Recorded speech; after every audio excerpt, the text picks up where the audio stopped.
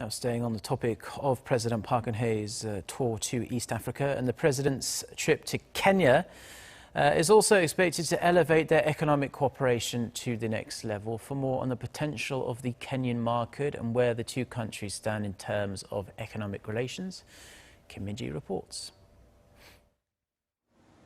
Kenya is East Africa's economic heavyweight. Thanks to its favorable geographic location and gateways, such as the port of Mombasa and Nairobi airport, Kenya is considered a hub from which to make inroads into other parts of Africa. Kenya also plans to build a railway to connect it to neighboring countries like Uganda and Rwanda.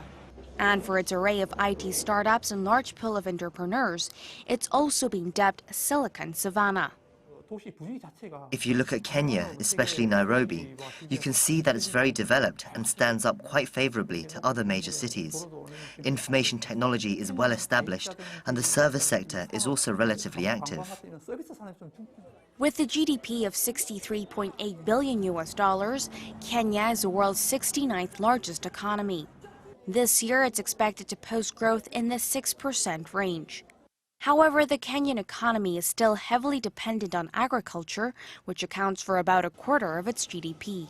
As part of efforts to become more globally competitive, Kenya is pursuing a mid to long-term plan to achieve annual growth in the 10% range through 2030 by fostering 6 key areas, including tourism, IT, and finance, as well as making its political system more efficient. Korea established diplomatic ties with Kenya in 1964, and their partnership has been economically beneficial to both sides over the years.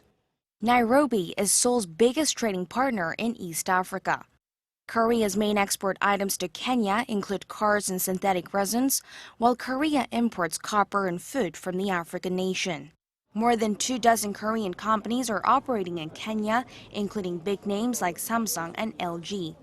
And with the East African country pushing ahead with infrastructure projects, as well as establishing industrial complexes, more business opportunities are springing up. But as promising as it sounds, Korea isn't a front-runner. Korea is late, very late. China has been investing aggressively and has been part of massive construction projects. But if there's something to learn, China hasn't been able to improve the livelihoods of the local people. While Korea can learn from the mistakes of others, experts say it should not consider China or other advanced countries as competitors.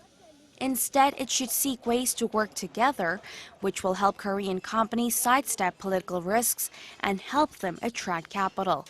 Kim Min-ji, Arirang News.